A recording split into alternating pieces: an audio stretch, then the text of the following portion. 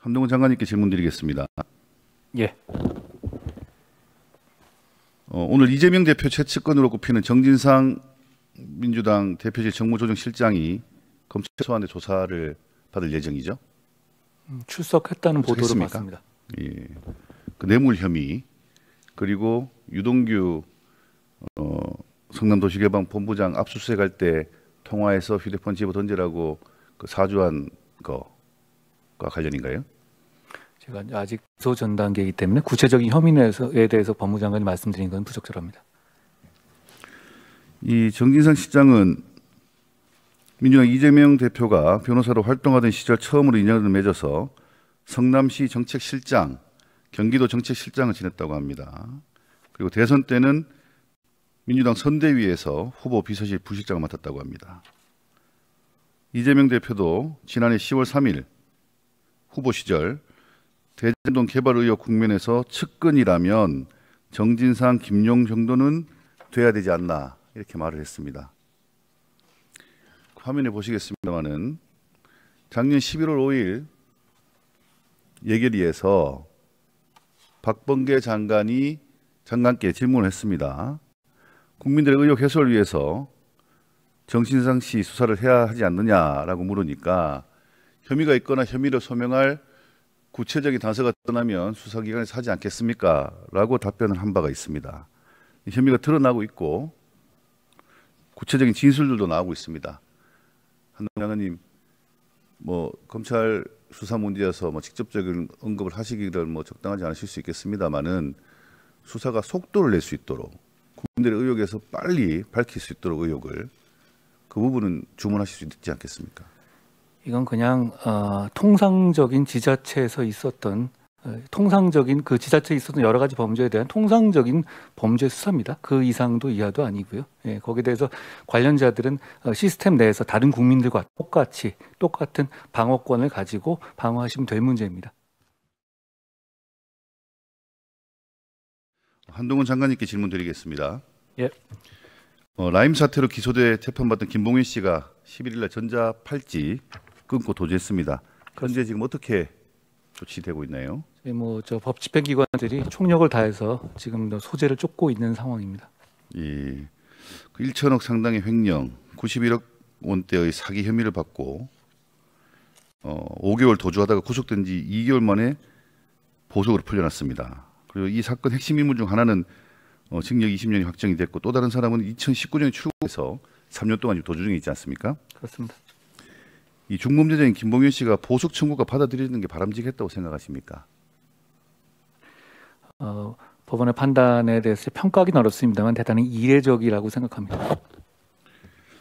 그래서 실제 이 2020년 체포 당시에도 5개월간 수십 개 대포폰 사용하고 경찰은 이 도피용 자금 현금 60억 원까지 찾아낸 적도 있다고 합니다. 화면이 보이시나 모르겠습니다만은 구속영장 이외에 기각이 되고 통신영장 기각, 도주 이후에 보석 취소 청구 인용 등 서울 남부지법의 판결이 좀 상식과 배치되는 정황들이 있다는 것이 국민들의 생각입니다. 우리 윤상환 법원행정처장님 어디 계시죠? 여기 있습니다. 아, 예. 네. 그래서 이 피고인이 도주 우려가 매우 큰 상황인데 검찰이 보석을 신청을 했는데 취소 청구를 좀 늦게 인용한 거지 않습니까? 사후에 인용을 했으니까. 네. 도망가고 나서 인용했잖아요. 네네. 예. 이런 늑장 대응이 밀항 준비 중이라는 소문까지 있었는데 좀 중범죄자가 도피 통로가 된 거 아니냐 이런 평가가 있습니다. 어떻게 생각하십니까? 지금 최근에 많은 우려가 언론을 통해서 제기된 것은 알고 있습니다만은 이 개별 사건에서 이 재판부 간 결정을 행정처장이 이렇게 평가하는 건 적절치 않은 것 같고요. 아마 하여간 의원님 말씀 취지는 저희들이 좀 고민할 수 있는 계기가 돼야 된다고 생각합니다. 향후에 유사한 사건이 일어나지 않도록 중범죄자가 이렇게 황당하게 도피하는 일이 없도록 제대로 처벌받을 수 있도록 피해당한 국민들이 두 번 마음 아프지 않도록 제대로 좀 조사해 주시길 부탁드리겠습니다. 네.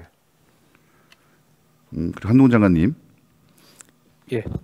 이 이제 보석 이 전자장치 이제 부착하고 보석하는 전자보석 제도가 2020년 8월부터 도입이 되었는데, 예, 얼마 안 된 제도입니다. 예, 이걸 이제 부착하는 조건을 풀려놨다가 보석 중에 장치 훼손하고 도주하더라도 전자장치 부착법으로 처벌을 못한다는 이야기가 있습니다. 사실입니까? 지금 그 처벌 규정이 없습니다. 예, 이거 빨리 뭐 재벌 방지도 그렇고 처벌도 그렇고 규정을 빨리 만드시길 부탁드리겠습니다. 네, 지금 그래서 공용물 손상 이런 정도로 일반 형사범으로 현재 쫓고 있는 상황입니다. 예. 그리고 전자장치 발찌, 팔찌 포함해서 예. 훼손 건수가 매해 10건 이상 발생을 한다고 합니다. 근데 저희가 훼손하고 이제 도주한 건수 그리고 검거율 자료를 요청했는데 뭐 아직 제가 받지는 못했고요. 아, 예. 빨리 처리해서 예. 보고 그래서 이거 이제 한번 확인하시고 좀 전자장치 부착 제도를 전반적으로 재점검을 한번 할 필요가 있다고 생각을 합니다. 알겠습니다. 예. 그래서 제가 봤더니만 법무부 위치 추적 관제센터가 2군데 있다는 겁니다. 서울하고 대전하고. 근데 그걸 좀 더 넓힐 필요가 있다는 생각이 들고요. 예.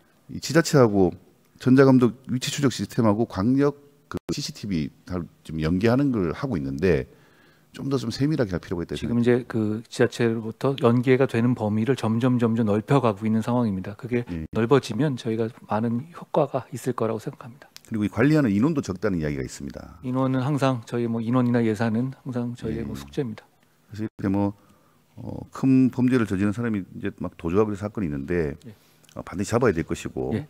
또 이렇게 전자장치를 차고 있는데 소홀히 관리가 돼서 놓치는 일이 없도록 법무부 장관님께서 각별하게 신경 써주시기 부탁드리겠습니다. 지금 뭐 해경까지 동원돼서 밀항이라든가 이런 가능성까지도 두고 열심히 쫓고 있습니다. 네.